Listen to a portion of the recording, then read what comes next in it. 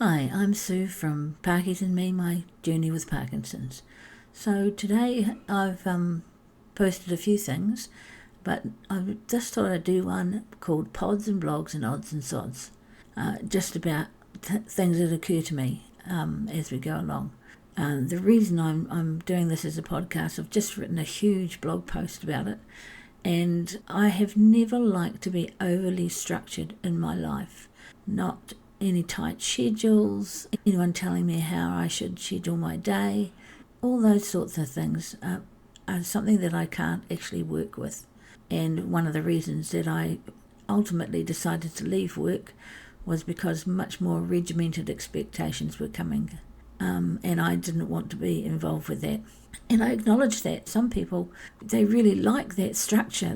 That gives them confidence, it gives them certainty and surety, and I'm not one of those people. So one of the things that I did that has made me go along this track was with these podcasts, they have series and episodes, and I wondered how many series I should do, or how many episodes per series I should do. Now, I'm using the word should. Now, anybody that knows me will be sick of me saying that I hate the word should. It is laden with expectations, usually other people's expectations that we take upon ourselves. So I try really hard to not say the word should.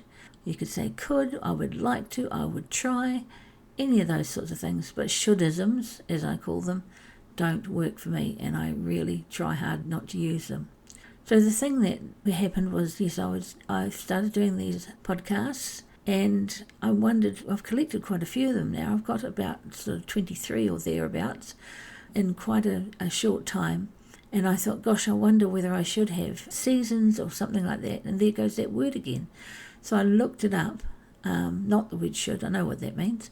I looked up how many episodes you should have in a season and how you sort out seasons. And I thought, oh gosh, this is just too hard. And expectations of others, how I should structure these things.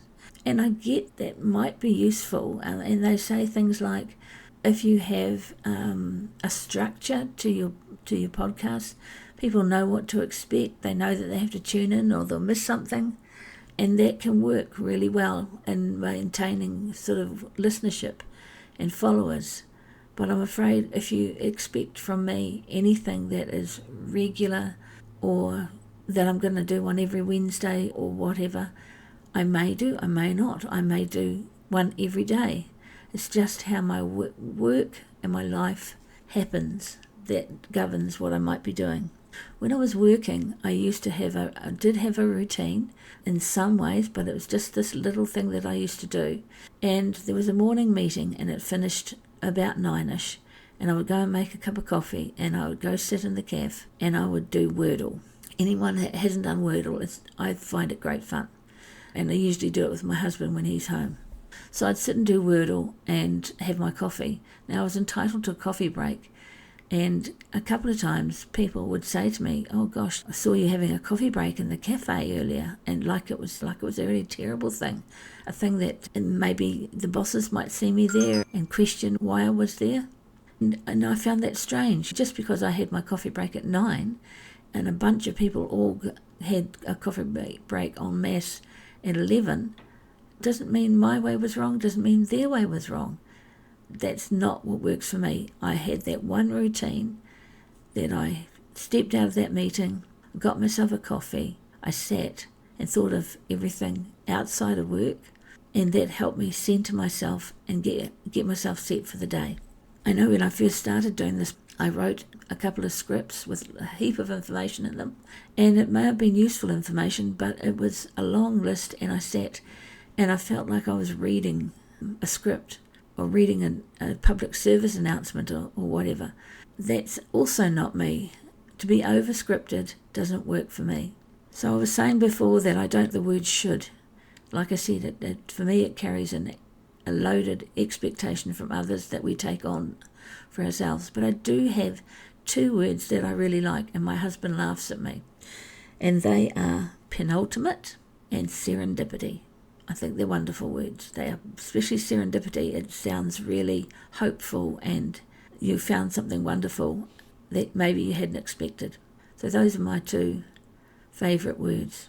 So the reason that it doesn't work for me, over scripting or being over monitored in how I do these blog posts, is because it's about my life, not about some abstract concept.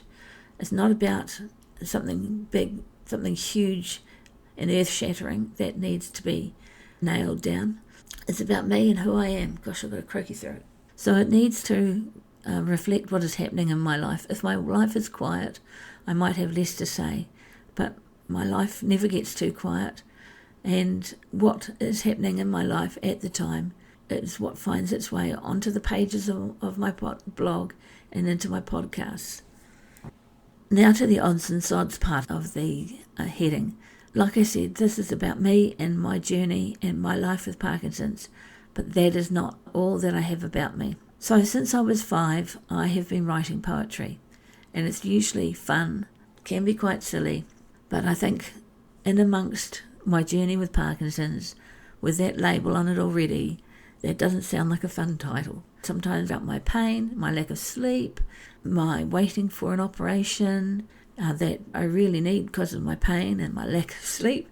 There's a lot of stuff that I'm dealing with that is important, and I share that with you, how I cope, what my strategies are, and all that sort of thing. But from time to time, I like to put the brakes on and say, hey, let's take the focus away from Parkinson's for a while.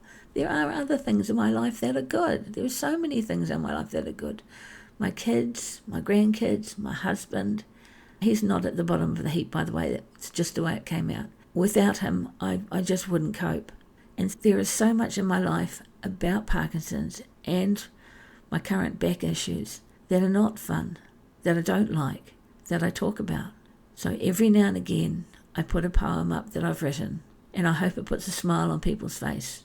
It puts a smile on mine when I'm writing them and when I'm reading them. They are a way for me to escape from the reality of this condition, and I find them therapeutic. And if I can put a smile on anybody's face by reading them a poem, then that is well worth doing. So bear with me.